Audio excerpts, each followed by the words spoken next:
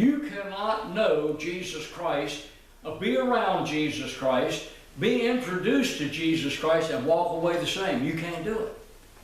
Nicodemus couldn't do it. He was there to hang Christ if he could, but the message penetrated his closed mind. It penetrated his cluttered mind. It penetrated his cloudy mind. Despite all of the religious power he held and the fancy robes he wore, and everybody knew him, the man did not have a relationship with Christ. You don't think you're not ashamed of Jesus? Nicodemus went by night.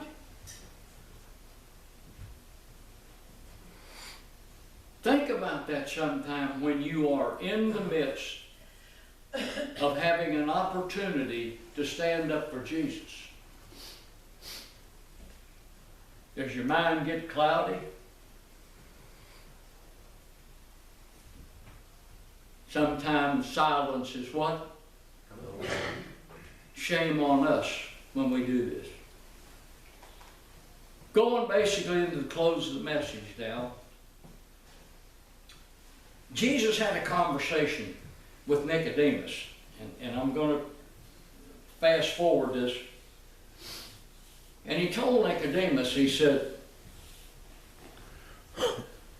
I'm going to use a lot of symbolisms here. The reason that Christ used in his conversation with Nicodemus symbolism is he knew emphatically that everything he spoke of, Nicodemus had preached on or taught on or knew was the truth. And he told him, you are familiar, Nicodemus, with these stories. And when Christ began to speak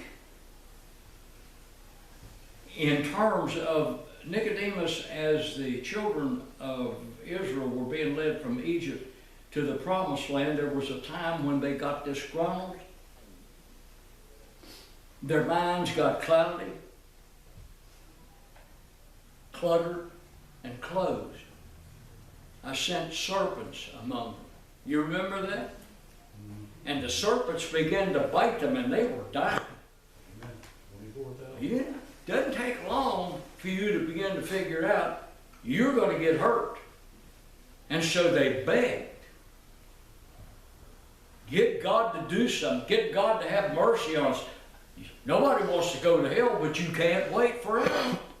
You've got to do something. You've got to make your life right with Christ.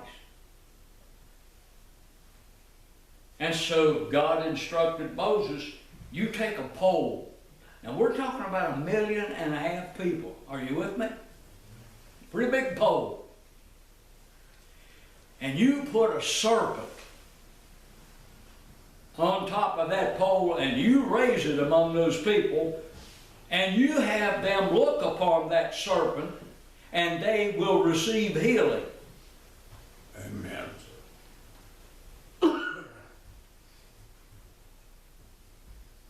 That's a pretty simple request, isn't it?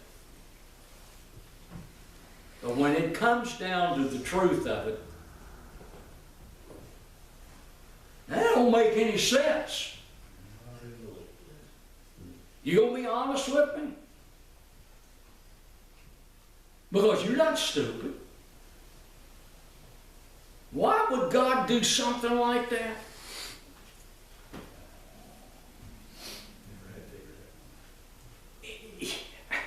I mean, the serpent is what brought all the problems to start with. Did he not in the garden?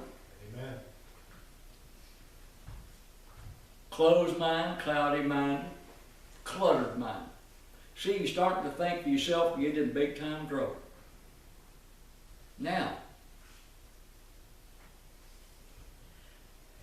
that was God's plan. Right off the bat, they're rejecting it. Watch what happens next. The serpent brings death. If people are dying all around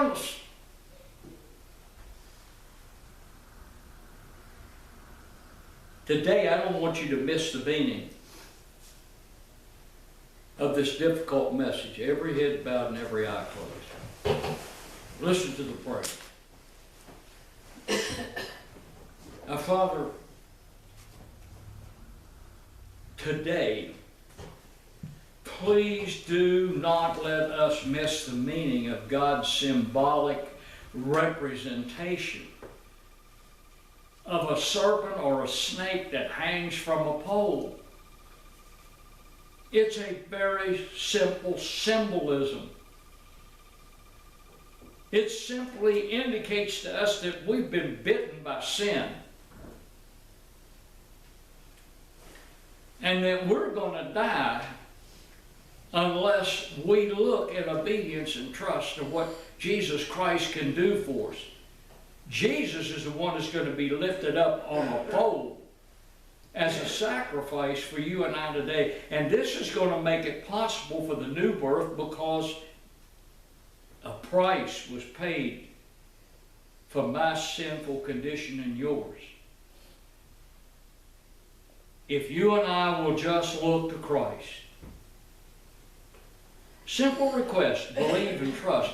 He, Jesus, will do the forgiving and provide the comfort and the healing of being born again. Father, we know now that the Christ was necessary, the cross was necessary, and Christ was necessary for salvation. As we end this prayer now, Father, if we remember nothing, help us to remember throughout this week and throughout the days to come. Have we looked in faith upon the Christ that died upon the cross? Can I trust the Christ on the cross for the healing? And then, Father, have I been truly born again into the family of God? In Christ's name, we beg, whatever our need is this morning, may we come forward in Christ's name.